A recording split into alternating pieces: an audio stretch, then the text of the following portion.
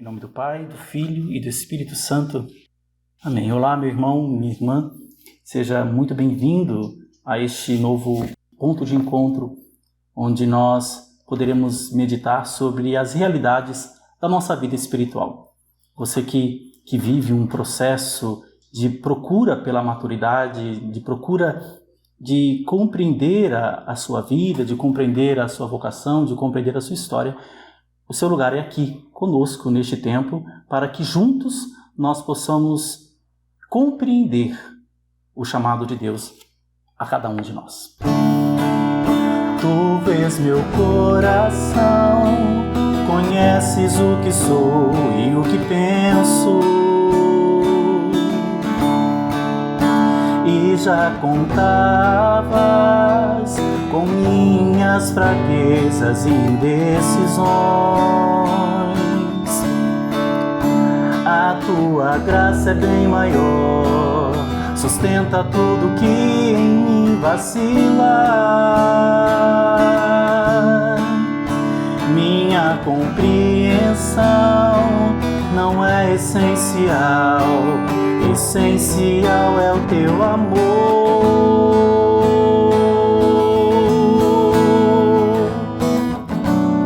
És a direção, és o sentido e segurança. A tua vontade é meu lugar, em ti posso confiar. Vou esperar até o fim. Se tu inflamas meu coração, livre estarei, pra sempre te amarei. Quero estar em tuas mãos.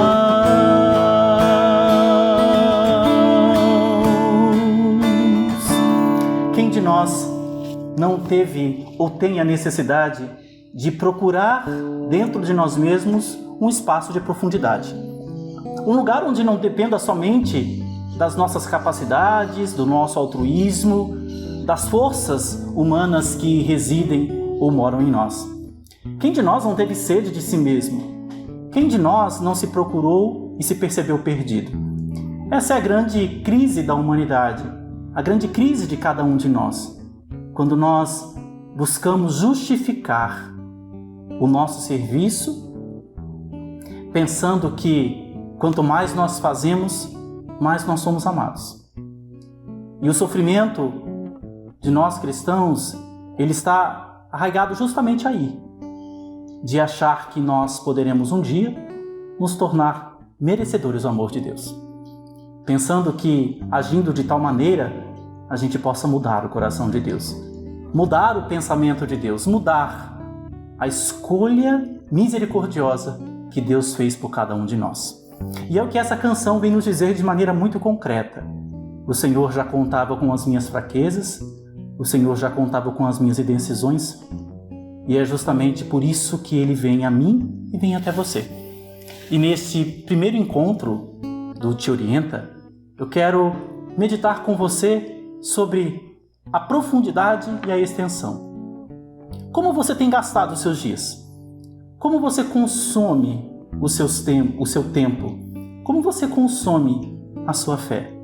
Qual a experiência que de fato você traz dentro do seu coração e que valida a tua espiritualidade? Sueli Façanha, nessa canção, ela vem falar que a compreensão de quem serve não é essencial. O essencial é o amor de Deus. Mas o que é o amor de Deus? Como nós podemos tocar o amor de Deus? Como é que nós podemos enxergar o amor de Deus em nós? E a maioria de nós, meus irmãos e minhas irmãs, procuramos o amor de Deus nas nossas qualidades humanas. E não é por nada, e não é por acaso que estejamos sofrendo tanto. Porque desde a queda do homem, a bondade não é mais natural.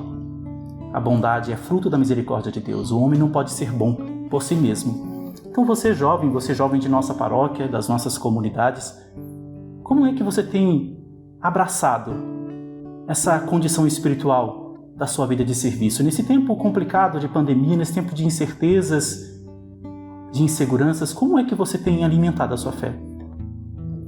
Nós vivemos um tempo, na contemporaneidade, um tempo muito complicado, onde a gente precisa fazer muitas coisas, onde a gente precisa ser muitas coisas, onde a gente precisa ir a muitos lugares para provar que a gente existe. E aí a gente vai adquirindo conhecimento, adquirindo um conhecimento de extensão imenso, imenso, imenso, e a gente tem um largo campo de experiência. E você conhece tudo e de repente vem uma frustração, uma derrota, uma decepção, e tudo aquilo que você construiu por anos rui. É porque muitas vezes nós não trabalhamos a profundidade e extensão. O conhecimento que é diferente do acúmulo. Nós corremos o risco de basear a nossa fé pelos retiros que nós realizamos, pelas formações que nós participamos, pelas palestras que nós ouvimos, pelas músicas que nós cantamos, pelos livros que nós lemos, e aí nos tornamos acumuladores. Participamos de não sei quantos encontros, não sei quantos acampamentos, mas ainda permanecemos vazios. Ainda permanecemos carentes, fragilizados. E é por isso que nós precisamos nos aprofundar. E aprofundar em quê, Padre? Aprofundar em perceber que eu nunca sei quem eu sou, mas eu preciso levar a sério o meu direito de saber. Eu não sei quem eu sou. Com os olhos humanos eu não sei quem eu sou, mas eu preciso levar a sério o meu direito de saber. Você também não sabe quem você é, e talvez você brigue comigo e diga que você saiba quem você é. Não vamos discutir sobre isso, estamos falando de espiritualidade.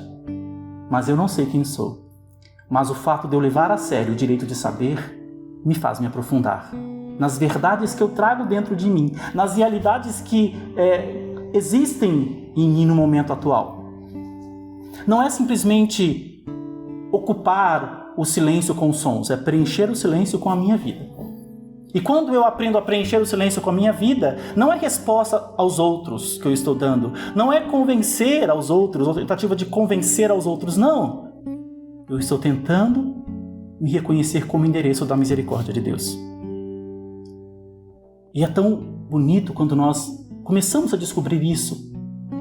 Eu não estou falando com você como quem conhece tudo, como quem experimentou tudo, porque eu sou daqueles que acreditam que todos nós temos venda nos olhos. Todos nós trazemos vendas nos olhos. Todos nós temos cegueiras. Todos nós muitas vezes enxergamos somente o que gostamos ou o que não gostamos. Todos nós trazemos dificuldades em enxergar a vontade de Deus e a bondade de Deus. E é por isso que nós precisamos preencher o silêncio com a nossa própria vida. Será que você aprendeu a preencher o silêncio com a tua vida? Padre, minha vida é uma desgraça. A minha vida é um inferno.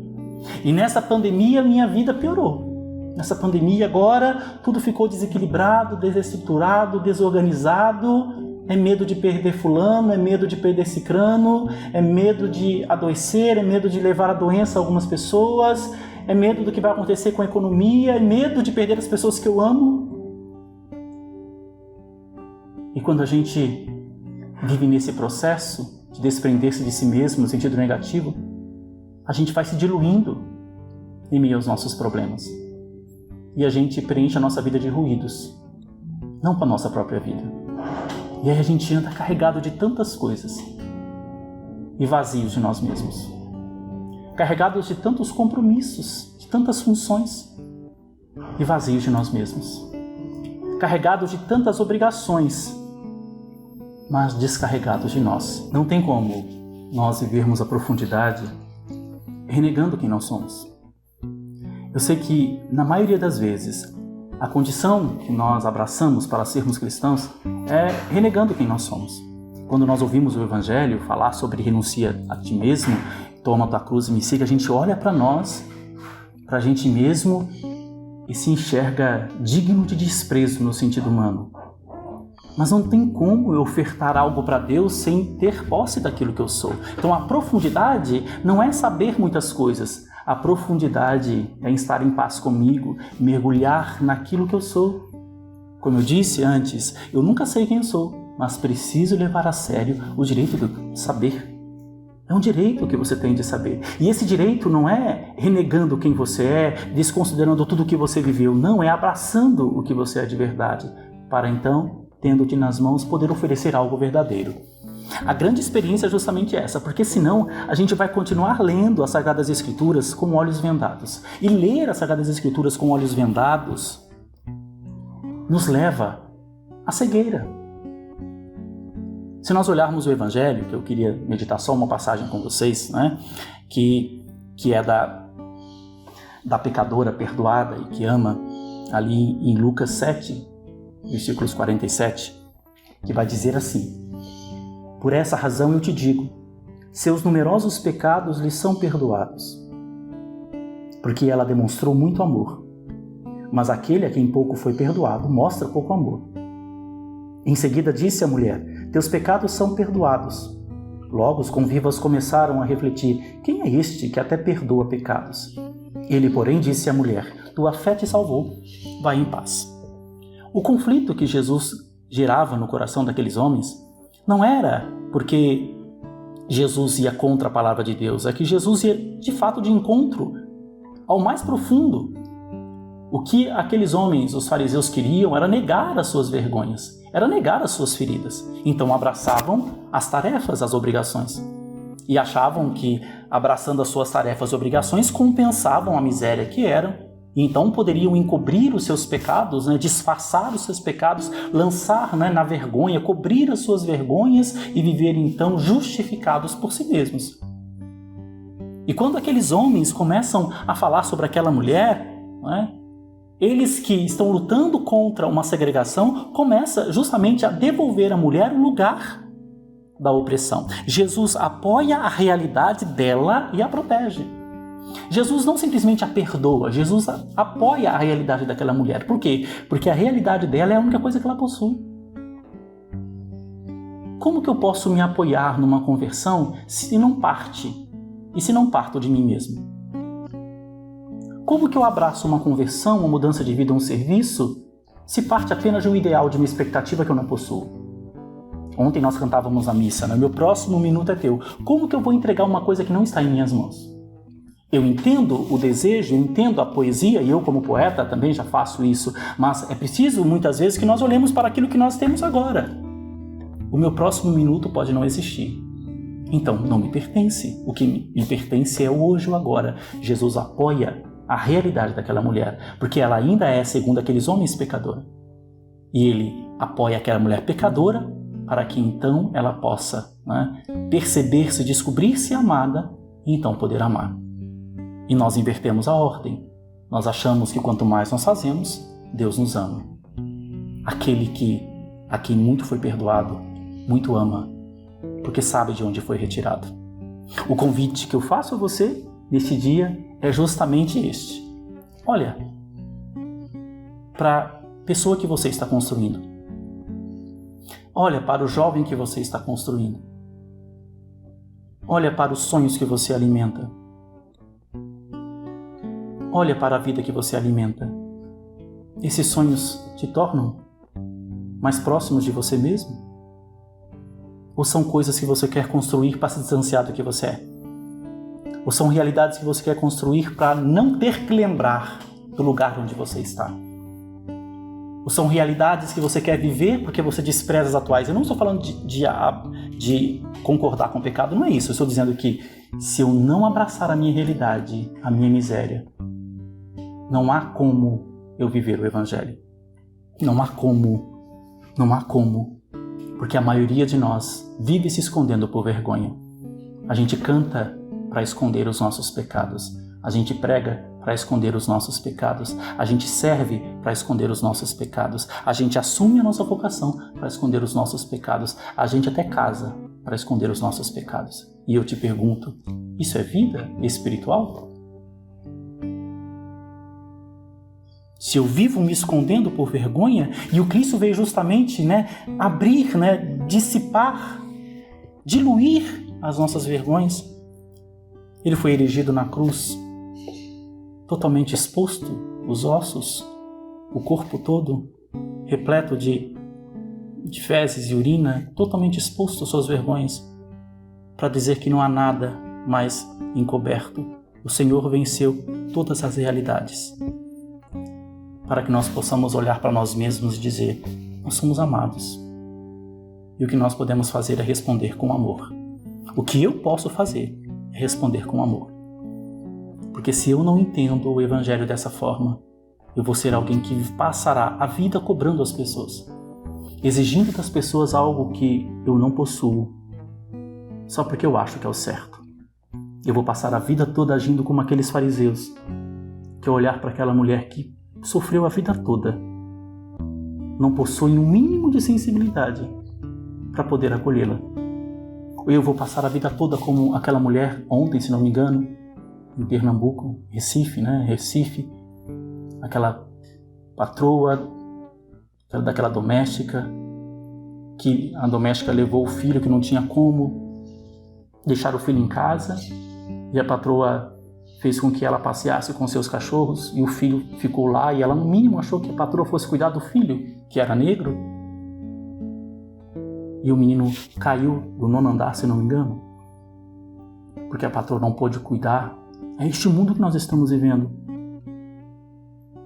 Um mundo onde nós estamos ganhando muitas coisas e perdendo o coração. Um mundo onde nós abandonamos a profundidade e abraçamos a extensão de olhar o currículo, de olhar a competência, de olhar o dinheiro, a inteligência meramente intelectual, esquecendo de olhar a pessoa. Se você quer se converter, se você quer viver como cristão, se você quer viver como filho de Deus, você não pode viver como filho de Deus sem conhecer a miséria que você é.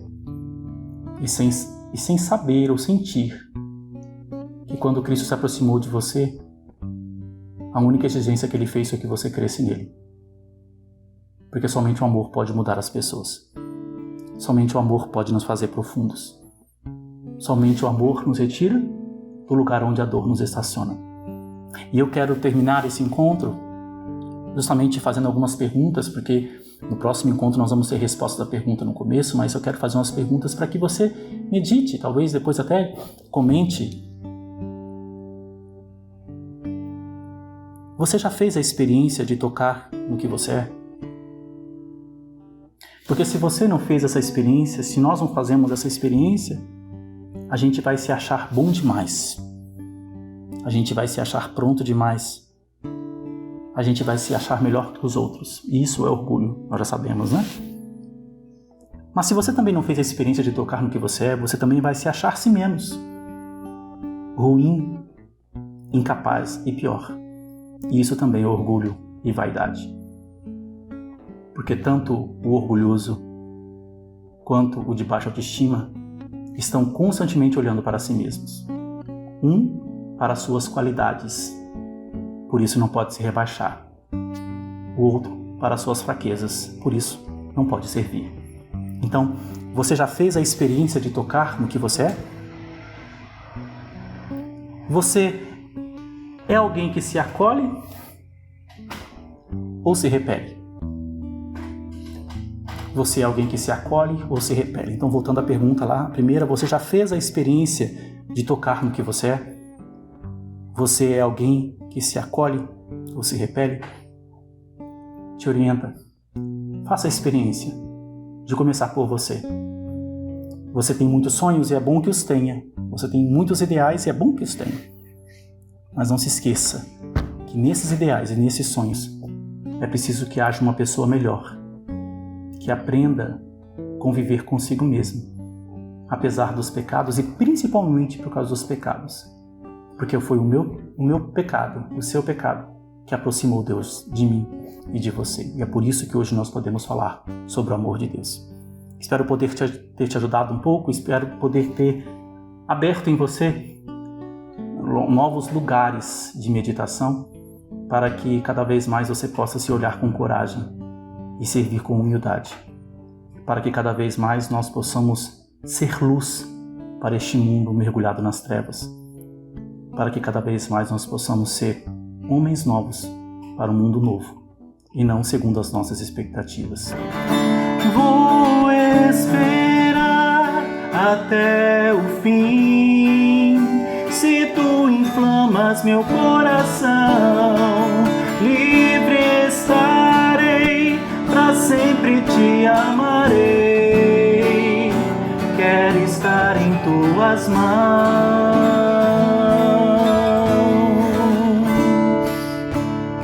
Eu espero que você tenha gostado dessa novidade. Nós estaremos sempre juntos às sextas-feiras, né? Então, se você gostou, curte, compartilha, nos ajude, divulgue. Também deixe no comentário aí a resposta da sua pergunta e que nós possamos ter uma longa caminhada no Te Orienta, orientados para o reino de Deus.